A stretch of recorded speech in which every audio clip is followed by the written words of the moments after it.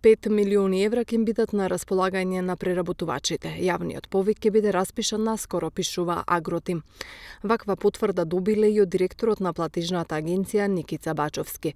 Се работи за непотрошени средства од минатите повици, што се планира да се стават на располагање преку брз јавен повик за мерка 3, инвестиции во физичките средства за преработка и маркетинг на земјоделските и рибините производи.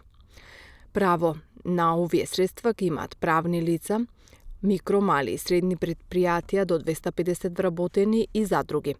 Предпријатијата кои не се опфатени со дефиниција на микро и средни, но кои вработуваат помалку од 750 вработени и кои имаат годишен обрт кој не надминува 200 милиони евра, можат да бидат прифатливи како корисници. Но овој случај поддршката може да се додели за инвестиции посебно наменети да го надградат целиот систем во согласност со релевантните стандарди на Европската Унија.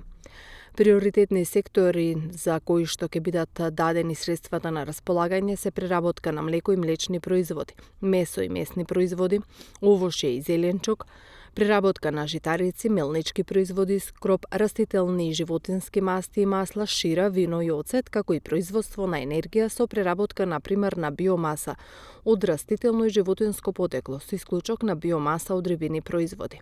Висината на финансиската поддршка изнесува до 50% од вкупните прифатливи трошоци на инвестицијата, а горната граница се зголемува за 10% поени за инвестиции во опрема за подобрување на енергетска ефикасност, за производство на биоенергија, за инвестиции во опрема за производство енергија од други обновливи извори на енергија, како и за инвестиции за опрема за третман на вода и отпадна вода. Минималната вредност на вкупните прифатливи трошоци по инвестицијски проект се 10.000 евра. Максималната вредност на вкупни прифатливи трошоци по еден корисник од мерка 3 изнесува 4.500.000 евра за целиот период од спроведувањето на програмата.